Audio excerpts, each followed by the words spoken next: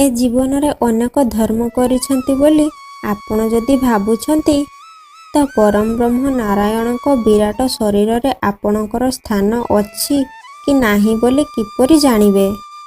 गीता भागवतर अष्टम भागरु कहुछि, प्रचंड खरा हेउथिबो, शुक्ल पक्षर चंद्र बढ़ुथिबे, मेघ न थाई आकाश सुंदर दिसुथिबो। ठीक एही समय रे जहार मृत्यु हुए जानिबे जे तार प्रारब्ध शेष होईगला।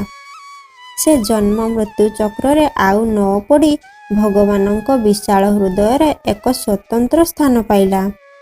करिथिबा कर्मर प्रायश्चित जदि ए जन्म रे भोगिबा परे किछि रही जाइछि तो पुनर्बार जन्म नहीं नरक जंत्रणा भोगिबे बोली किपरि जानिबे।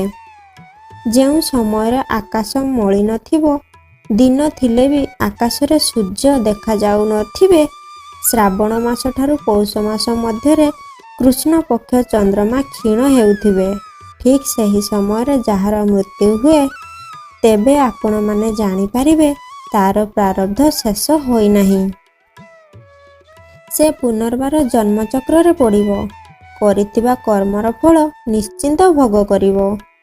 सांग माने जहा पढ़ुची ताहा कहिबा पई चेष्टा करूची, जदि भूल थाए आपण माने निश्चिंत हृदय क्षमा करिवे। जदि भी आपण मानंकु टिकिए भी ठीक लागे ना तो कमेंट माध्यम रे निश्चिंत जणाइबे।